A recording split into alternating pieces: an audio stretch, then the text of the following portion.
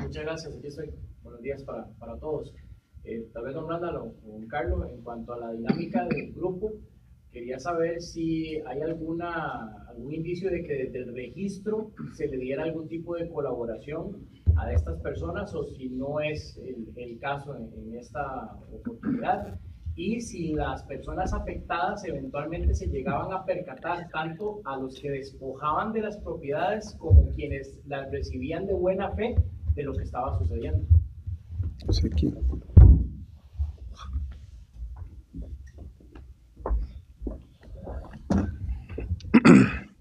Participación de funcionarios del registro público no se encontró.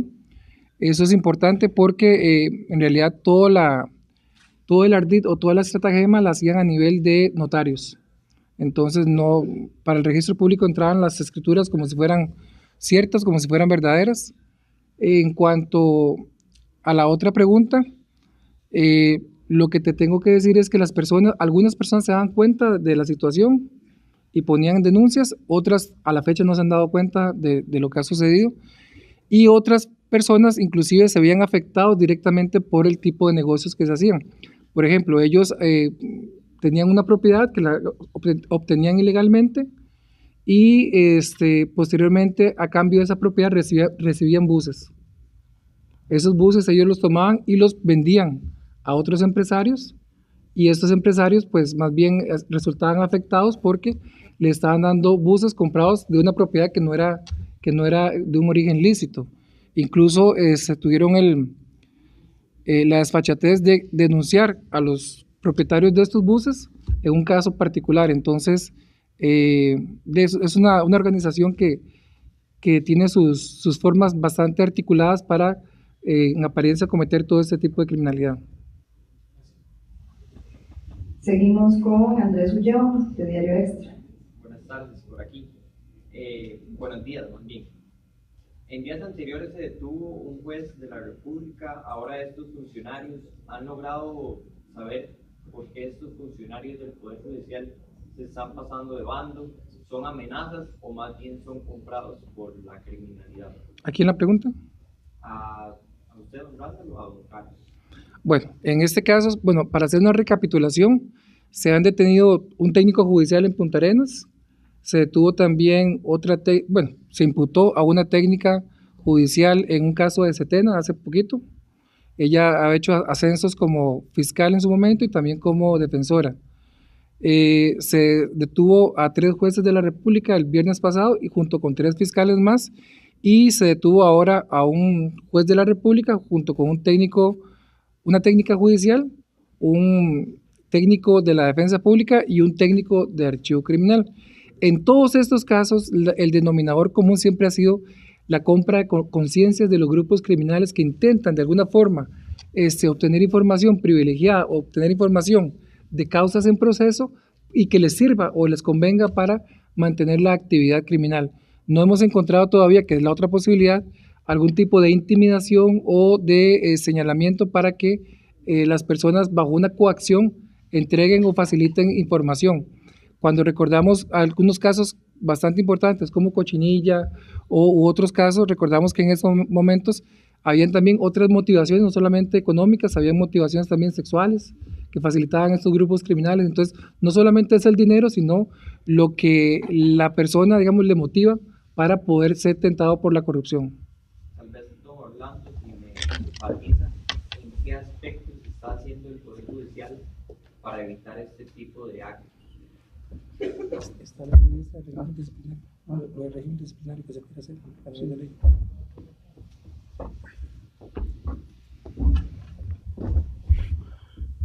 Bueno, como se señalaba, nosotros tenemos un régimen disciplinario que es, digamos, bastante robusto y reacciona siempre en todos estos casos, iniciando el procedimiento que corresponda, desde luego respetando el debido proceso.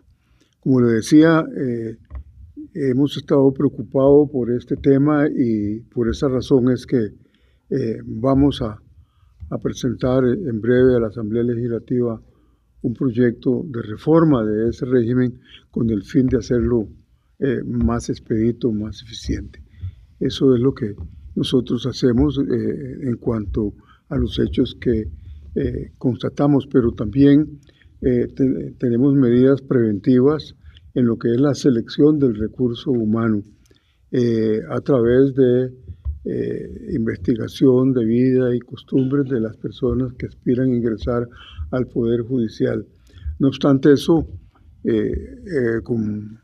algunas veces constatamos que personas que están pretendiendo ingresar al Poder Judicial tienen ya de antemano algún nexo con el crimen organizado.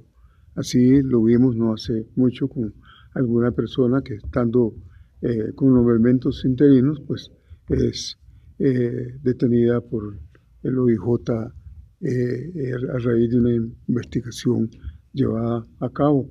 Esa persona todavía no tiene nombramientos en propiedad, pero está aspirando. Pero la verdad es que nosotros nos preocupamos mucho por lo que es el examen de la vida y de las costumbres de las personas, no solo en forma manual, como se dice, con investigaciones que hacen trabajadores sociales y psicólogos, sino también a través de mecanismos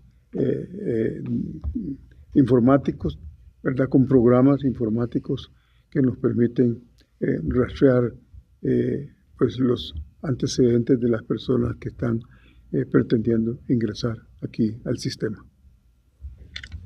Seguimos con el colega Diren de La Nación. Buenos días, don Randall. A mí me gustaría saber si entre los detenidos hay 2 hombres de apellidos Chávez Arias, hijos del empresario Omar Chávez. Y asimismo me gustaría saber cuál fue la participación de ellos dentro de esta organización. Y también si parte de las víctimas de este grupo es un señor llamado Manuel Álvarez Méndez, quien desapareció en el 2018.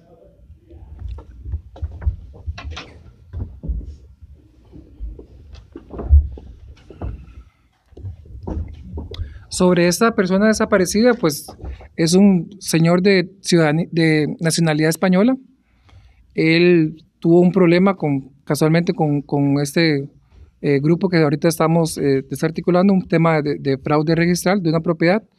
Esta persona desaparece en el año, si mal no recuerdo, 2018, pero encontramos el cráneo de esta persona hará unos años, con heridas que sugieren, digamos, una muerte homicida. El caso se ventiló en este trabajo que estamos haciendo. Sin embargo, no te podría dar más detalles porque estamos trabajando y lo estamos tratando de determinar algunos puntos ahí que nos quedan pendientes, pero hay una correlación, digamos, es un español y los otros 2 cabecillas son españoles, hay un tema de fraude registral de por medio, y es una muerte homicida. Entonces lo estamos trabajando para determinar qué se puede vincular con respecto a esta situación, pero eso es lo que te podría decir. Sobre los otros sujetos de apellido Chávez Arias, no te podría dar de momento más detalle. Seguimos con José Adelio de CR Hoy.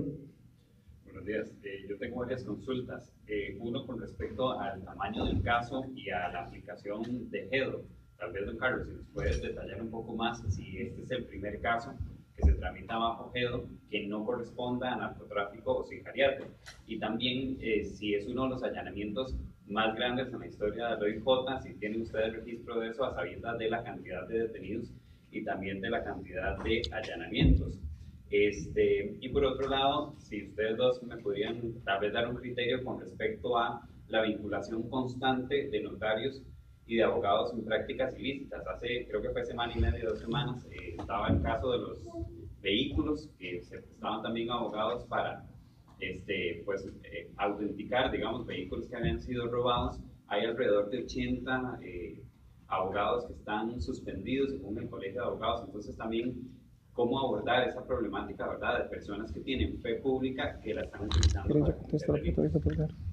Bueno, vamos a ver. El caso más grande que tiene OIJ a la fecha son 54 allanamientos, cochinilla y 70 detenciones. Este caso en particular iba a ser igual de 54 a 55 allanamientos. Sin embargo, a la hora que nos otorgan los allanamientos, pues hay algunos que no vio el juez necesidad de otorgarlos, como por ejemplo el técnico judicial de archivo criminal y otros. Entonces el caso termina en 47 allanamientos. Es el segundo más importante en la historia de OIJ, por así decirlo, en cuanto a cantidad de allanamientos. En cuanto al tema de los notarios, lo que yo te podría decir es que hay una necesidad de mantener un mejor control de las actividades que se hacen. En este caso, pues, pudimos ver que se prestaban los protocolos, una situación que ya es altamente conocida y altamente regulada, pero que siempre se da. Y hay un aspecto ahí que tal vez de pronto me gustaría comentarlo. Hay un tema con altas figuras de gobierno que llenan una declaración de bienes. Y en este caso, pues hay un alto crecimiento de este juez. Entonces hay un tema ahí de fondo que necesitamos revisar, qué tan efectivas son esas declaraciones de bienes para poder determinar o poder fijar situaciones como estas. De pronto sería bueno en alguna reforma legal de que de manera más proactiva OIJ, la Fiscalía, puedan tener acceso a estas declaraciones a fin de poder determinar causas de corrupción que pueden estar inherentes, que están viéndose a través de estas declaraciones, pero que desdichadamente no están llegando, digamos, a conocimiento de esferas judiciales como tal.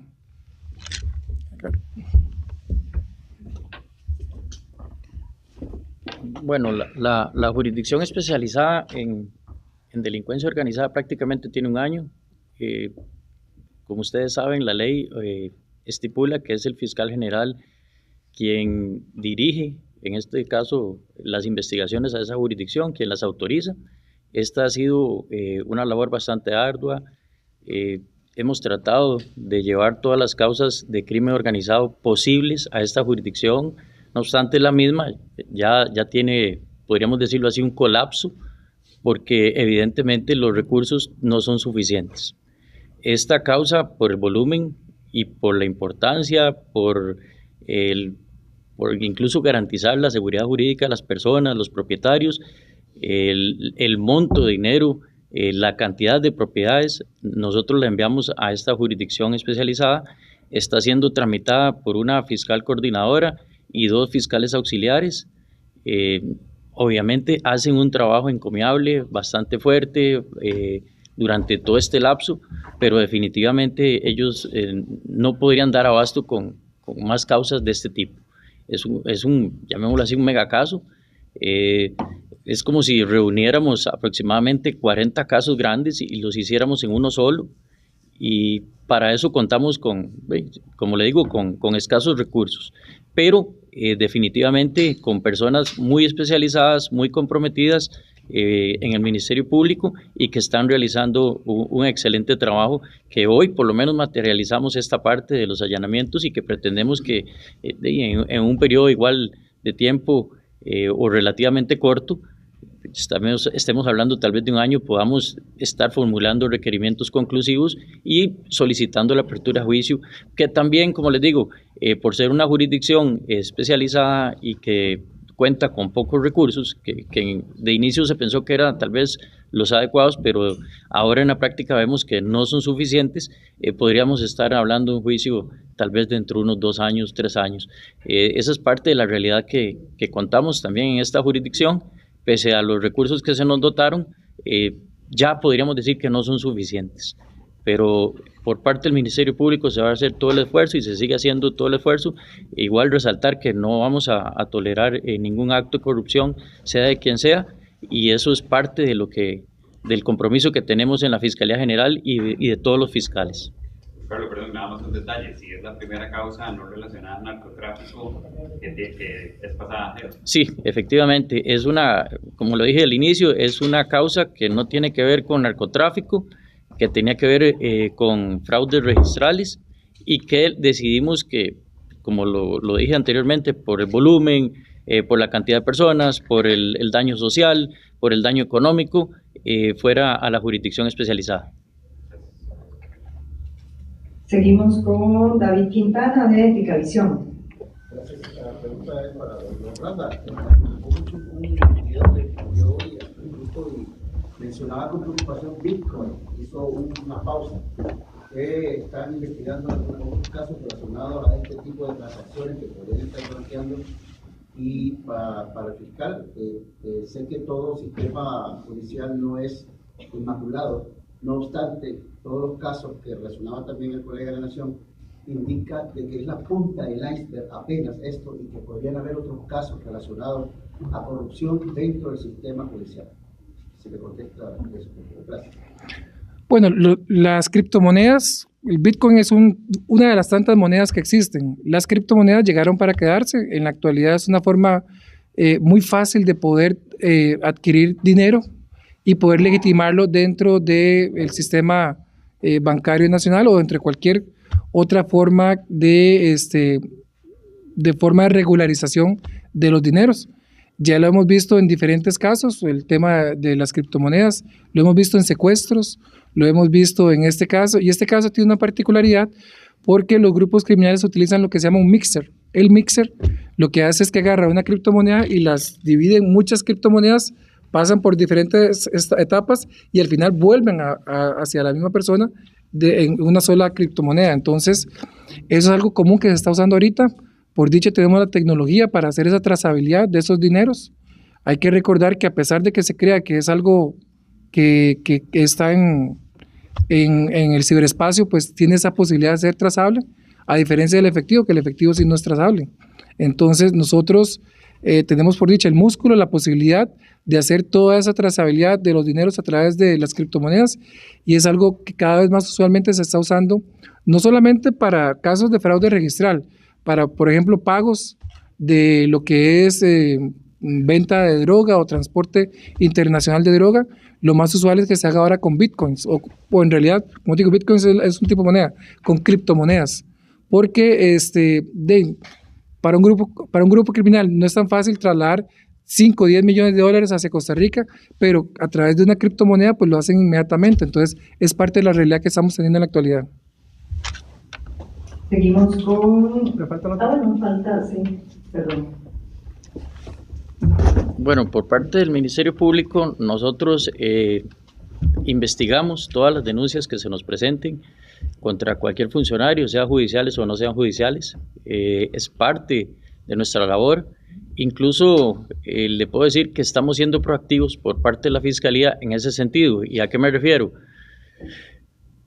Hemos solicitado a diferentes cuerpos policiales, incluso a nivel interno del mismo Ministerio Público, a diferentes personas que nos hagan llegar información de funcionarios que se cree que andan en corrupción o que están en corrupción.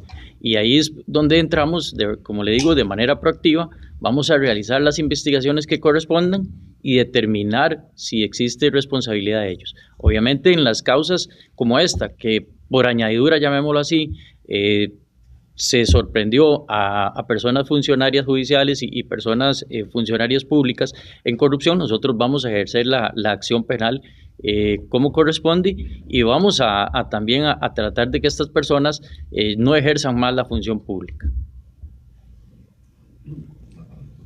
Seguimos ahora con Sócrates Colindres de Despertar CR.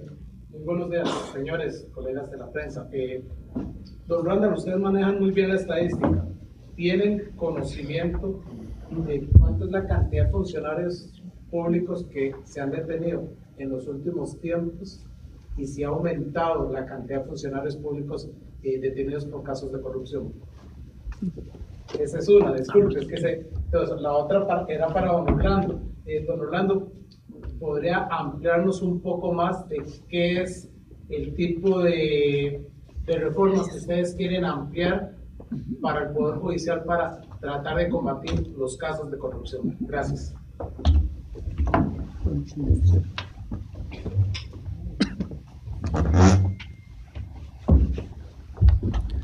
Estos casos que ahorita son mediáticos, son bastante conocidos a nivel de opinión pública, pero no son los más usuales. Los usuales son los casos de corrupción, generalmente asociada a algún tipo policial, asociada a algún tipo de funcionario público que trabaja en alguna institución pública.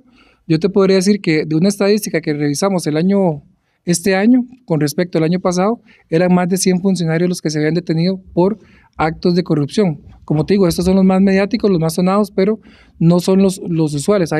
Hay situaciones de imputación o detención por acciones funcionales. A esto me refiero que una persona dentro de su actuación la denuncian por algún hecho de corrupción y es algo propiamente funcional. Por ejemplo, un policía que lo denuncien por agresión o algún tipo de acción alrededor de esto. Entonces, como te digo, estos son los más mediáticos, pero en realidad son más de 100 casos al año lo que tenemos de lo que son funcionarios vinculados o con algún tipo de acusación o imputación, en este caso, de índole de corrupción. ¿Han crecido o no han crecido? De la comparación que hicimos anda muy similar. Muchas gracias.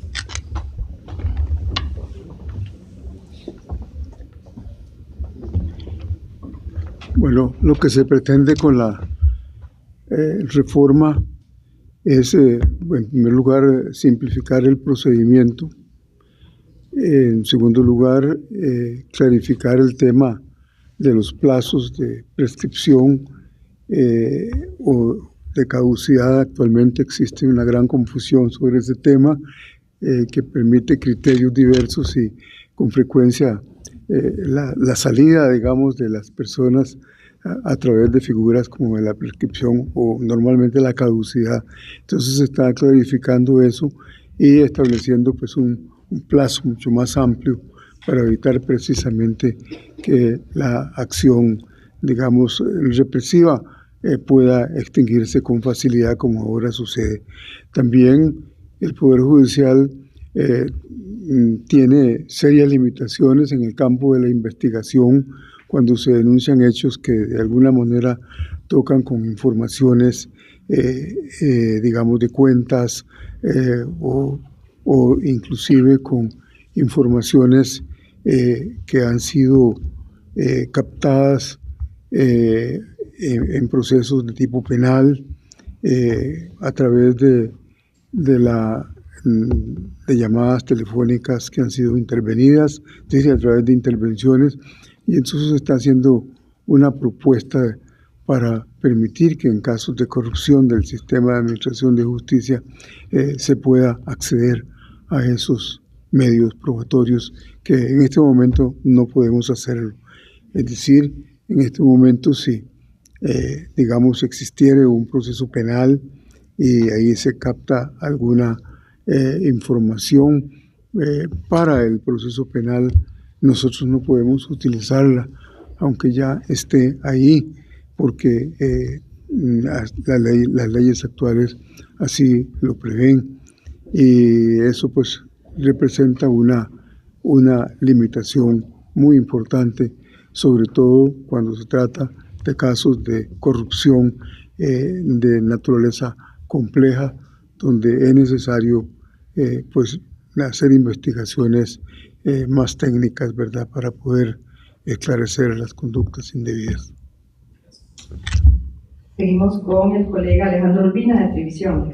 Gracias. Preguntas para don Randall. En la última audiencia del caso relacionado a los Lara, un juez dijo que la labor de los investigadores en el organismo de investigación judicial se está viendo afectada porque exfuncionarios están asesorando a los grupos delictivos en cuanto a las técnicas de investigación, en cuanto a la ciencia que ustedes utilizan para con estos grupos criminales, en cosas tan básicas como las llamadas, pruebas, etc. ¿Están enfrentando ustedes esta dificultad en este momento, principalmente con exfuncionarios que deciden retirarse y asesorar a estos grupos criminales?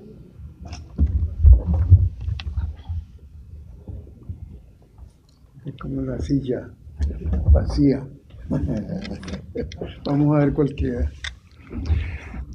Hay un claro problema en la actualidad de retención del personal valioso, personal que tiene mucho conocimiento de campo y que lo estamos perdiendo por dos leyes muy puntuales, la Ley de Finanzas Públicas y la Ley de Marco de Empleo Público. Son pocos los excompañeros de OIJ que se van a la acera del frente, o sea, a trabajar con bufetes corporativos que defienden a personas vinculadas con grupos criminales. La mayoría se van, digamos, a empresas privadas porque, digamos, es un recurso humano muy valioso, altamente calificado, y que es muy cotizado a nivel de empresas privadas. Pero sí, hay una realidad de que muchas de las técnicas policiales que estamos utilizando en la actualidad, pues cuando estos funcionarios ya dejan de trabajar para OIJ, pues, y se pasan para la acera del frente, pues empiezan a revelar toda esa información a los grupos criminales y ellos se hacen más fuertes en el sentido de que buscan evadir estos mecanismos que tiene OIJ, la Fiscalía, etcétera. Aquí hay un tema de fondo que al final el país tiene que decidir qué quiere. Si queremos vivir en un estado de inseguridad, si queremos vivir todos con una mayor paz y una mayor tranquilidad, y al final hay que invertir, no queda otra. Si usted tiene una casa que tiene goteras, que se le está metiendo diferentes situaciones de estructura, usted tiene que invertir para arreglarla. Y en eso el Estado costarricense ha quedado debiendo. Hay una grave problemática de inseguridad en el país y para nosotros es sumamente importante poder retener este personal, que se mantenga en el OIJ como lo ha hecho durante muchos años y que es hasta que empiezan estas leyes, las dos que mencioné, que empiezan a irse los compañeros de OIJ. Entonces, es un tema sumamente importante, no solamente para OIJ, Fiscalía, Judicatura, etcétera. Entonces, el país tiene que replantearse lo que quiere a nivel de mediano y corto plazo para que esas personas sigan dentro de la institución y se puedan resolver casos tan graves, tan oprobiosos como los femicidios que han habido últimamente, en los cuales los femicidas esconden los cuerpos de las mujeres, ¿verdad? Y dificultan aún más la labor policial, que al final logramos dar con los cuerpos, que al final logramos dar con todo eso, pero siempre es una problemática asociada. Seguimos con el colega Roger Espinosa de Canal OPA. Buenos días. Viendo la situación que se presenta, que son alrededor de 100 propiedades, ¿verdad?, que fueron, se apoderaron esta organización, ¿qué tan sencillo es realizar este tipo de delitos registrales o por el contrario, esta organización estaba también conformada que a ellos se les facilitó este tipo de situaciones de pues, falsificar las escrituras de todas esas propiedades? ¿A quién? Sí, bueno, vamos a ver, lo que usted ocupa es un notario que dé fe de que está vendiendo la propiedad. Entonces, si la persona que está al frente no es quien dice ser y no es el dueño de la propiedad, pues al tener esa fe pública el notario, pues se está creyendo en lo que dice el notario. Entonces, así de fácil puede ser perfectamente. Entonces, hay todo un tema ético, hay todo un tema moral al respecto de esto, pero más allá de esto, hay todo un tema de controles que se requieren mejorar. Ya esto no es nada nuevo, siempre han habido problemas de fraude registrales y siempre se están dando estas situaciones con ciertos notarios que traicionan el juramento que hicieron en algún momento de velar por los ideales de justicia y los ideales también de la transparencia. Entonces, en realidad, la problemática está asociada más que nada a esa traición a la confianza que se le depositó en su momento al notario. Seguimos ahora con Daniel Paja de State TV. Buenos días. Don Orlando, estas detenciones de funcionarios por supuesta corrupción, ¿lo ve usted como una crisis interna? Y, no sé, don Carlos, ¿fortalecerá usted la Fiscalía Anticorrupción dado estos hechos que ya tocaron conocer?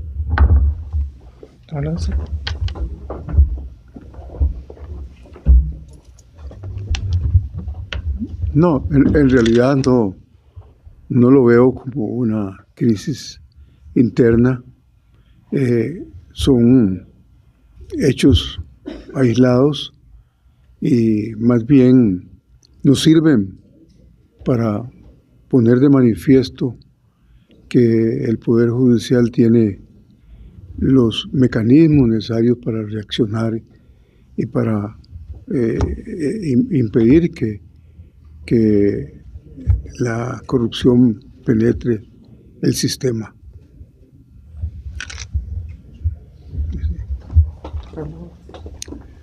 Vamos a ver quién queda al final.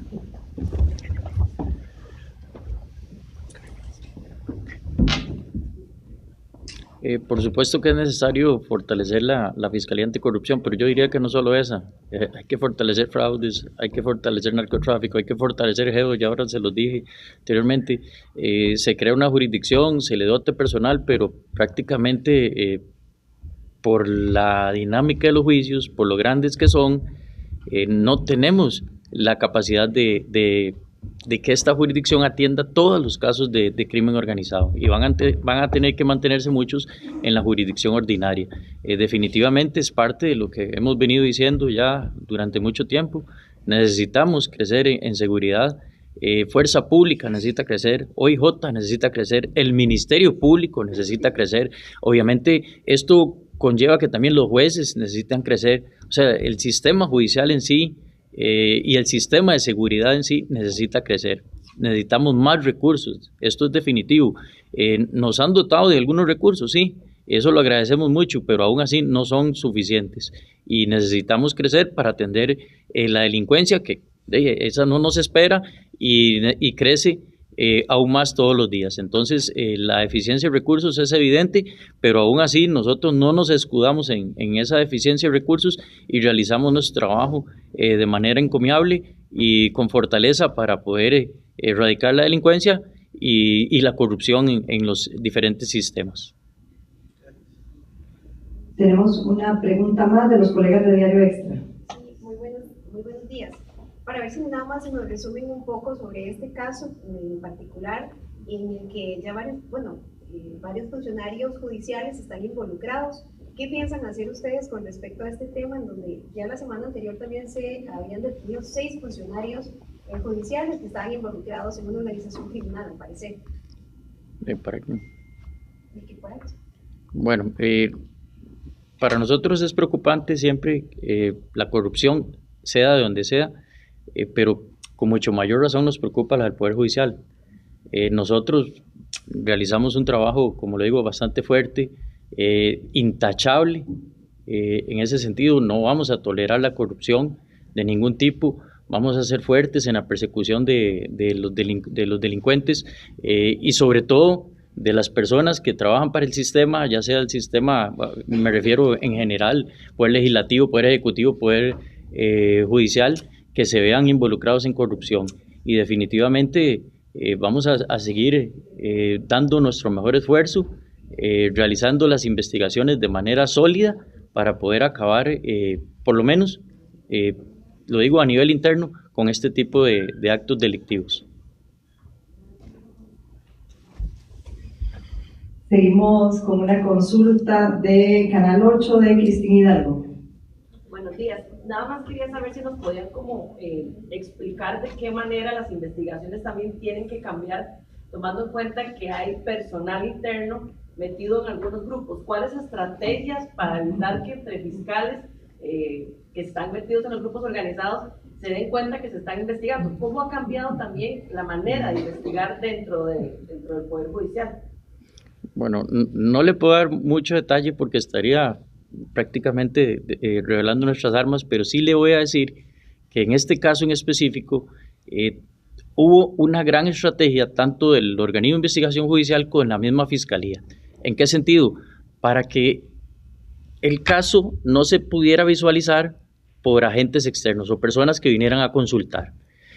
Como lo dijimos al inicio, ya había aproximadamente 24 causas en la Fiscalía de Fraudes que posteriormente hacen este megacaso, y para que las personas involucradas en esta investigación no se alertaran, tuvimos que manejar algunas estrategias, no voy a revelar cuáles, pero tuvimos que manejar, reitero, estrategia en ese sentido para que esa información de que estábamos investigando este caso y que ya no era simplemente 24 casos aislados en donde ya se nos iba a dificultar la investigación y que lo íbamos a hacer como un modus operandi en una sola causa, no se revelara a terceras personas. Incluso parte de esa actividad o ese secreto que mantuvimos es lo que logra de alguna u otra manera también visualizar que 3 funcionarios o al menos 4 funcionarios consultaron específicamente si existía una causa al respecto. Y eso fue lo que desató también que nosotros abriéramos causa contra 4 personas que de alguna u otra manera fueron utilizados por la organización para consultar si ellos estaban siendo investigados. Y es ahí como también, bueno, estas personas obviamente realizaron actos delictivos para esta organización, como era esa, alertarlos de que estaban siendo investigados, pero nuestros controles, el sigilo que tuvimos para tramitar esta causa, bueno, hasta el día de hoy se mantuvo intacto. Los imputados no lograron saber de que los estábamos investigando y por eso fue el éxito incluso de los allanamientos y de toda la prueba recabada. Y esto aplica a partir de ahora, don Carlos, tomando en cuenta que en cualquier caso puede haber un funcionario involucrado. Efectivamente, bueno, esta jurisdicción especializada y en cualquier otra, incluso hemos tenido casos recientes en donde, bueno, previendo ese tipo de situaciones, nosotros tomamos todas las previsiones necesarias para que sea la cantidad menor de personas la que conozcan del caso, y una vez que también necesitamos trasladar esto a los órganos jurisdiccionales, a los jueces que van a conocer nuestras peticiones y que necesitamos también que se mantenga ese secreto, lo hacemos de manera coordinada y prácticamente entregando el expediente o las solicitudes en mano de un juez. Con esto vamos a reducir bueno, el manejo de la información por personas que de alguna u otra manera están buscando eso, información para trasladarla a las organizaciones delictivas. Bueno, si no tenemos más preguntas, damos por finalizada esta conferencia de prensa agradeciéndoles su participación.